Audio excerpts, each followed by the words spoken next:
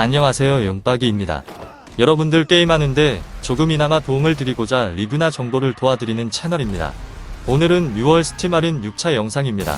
최대 90% 세일 중이며 영상 재밌게 보시고 좋은 게임 좋은 정보 많이 얻어가셨으면 합니다. 구독과 좋아요는 영상 작업하는데 큰 도움이 됩니다. 그럼 바로 시작하겠습니다.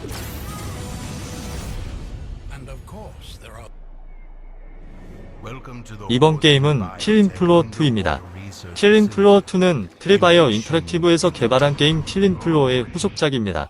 기본 스토리는 킬링 플로어 1에서 이어지는데 영국이 아웃브레이크로 개박살 난 후 대략 한 달 후 유럽으로까지 제대들 퍼져나가게 되고 이를 수습하지 못한 오르진사가 사람들을 고용해 사태를 정리하려고 합니다. 우리가 플레이하게 되는 캐릭터들이 이들이며 세상에 퍼진 제드들을 청소한다는 게 주 내용입니다.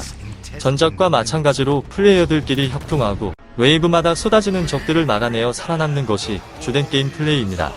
후속작인 만큼 많은 변화가 나타났는데 모션 캡처가 도입되어 근접 공격이나 걷는 모션 등의 다양한 애니메이션을 구현하였고 게임의 고어성은 사실적이면서도 대폭 높아졌지만 과장된 효과 덕분에 혐오감보다는 통쾌함이 느껴집니다. 대신 세세한 것들이 추가되고 전체적으로 공을 들인 부분들이 많아 좋은 평가를 받고 있는 게임이니 서바이벌 게임을 좋아하시는 분들은 해보실 만한 게임이라 생각합니다.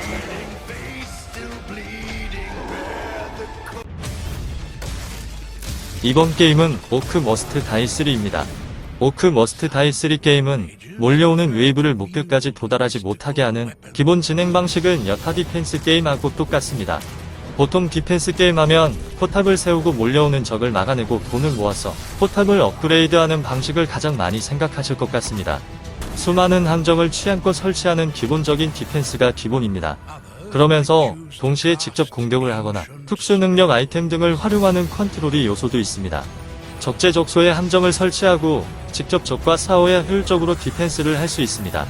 공격을 당하면 HP가 닿게 되면 게임 오버는 아니지만 균열이라는 적들의 목표하는 중심부에서 다시 태어나기 때문에 다시 전장으로 가기까지 함정이 충분하지 않다면 적들은 무방비로 달려오게 됩니다.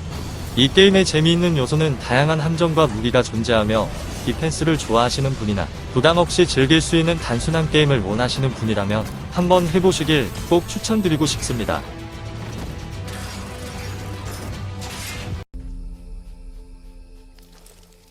이번 게임은 크라이오폴입니다.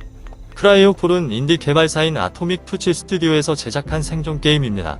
한국어를 지원하며 번역에도 큰 문제점은 없어 보입니다. 그래픽은 2D를 활용하기에 3D 게임들보다 저사양에서도 잘 돌아간다는 게 장점이 있으며 그래도 4K 이상 고화질도 지원하는 등 도트도트한 감성과는 다릅니다. 울트라 와이드 모니터도 지원하는 등 호환성 역시 준비가 잘 되어 있는 게임입니다. 전체적으로 잘 만들었고 중독성 있고 재미있는 멀티 생존 게임입니다. 친구들이랑 소소하게 즐기만 하고 크래프팅, 파밍 위주의 재미가 상당히 쏠쏠한 게임입니다. 다만 노가다가 조금 심하고 게임의 목적성이 조금 불분명하지만 나름 재밌는 게임이라 한 번쯤 해볼 만한 게임이라 생각합니다.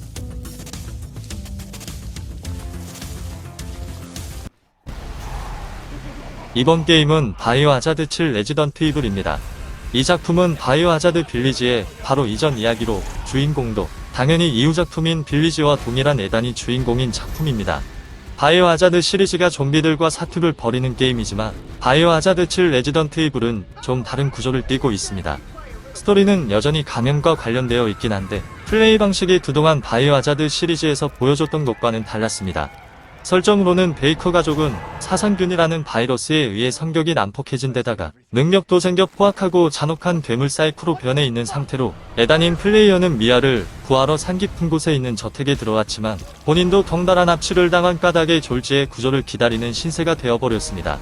저택을 돌아다니는 베이커 가족을 피해 다니며 단서를 찾고 열쇠를 이용해 방들을 열며 최종적으로는 미아와 함께 탈출하는 게 목적 게임입니다.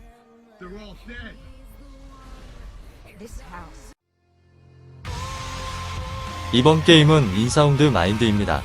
인사운드 마인드는 인디게임답게 여러가지 상이한 장르가 섞여 있습니다.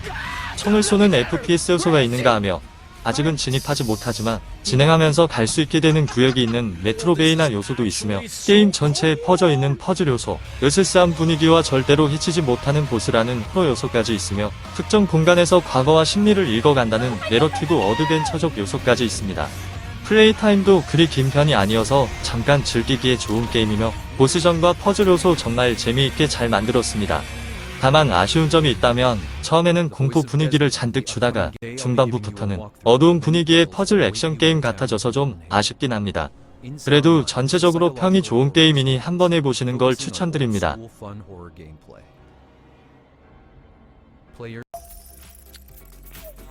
환영합니다, 손님. 이번 게임은 라이브러리 오브 루이나입니다. 시뮬레이션 게임 라이브러리 오브 루이나는 2021년 8월 11일에 출시한 게임입니다. 현재 스팀에서 즐길 수 있는데요. 스팀에서 전체 18,000건이 넘는 리뷰와 최근 600건이 넘는 리뷰 모두 매우 긍정적인 모습을 보이고 있습니다.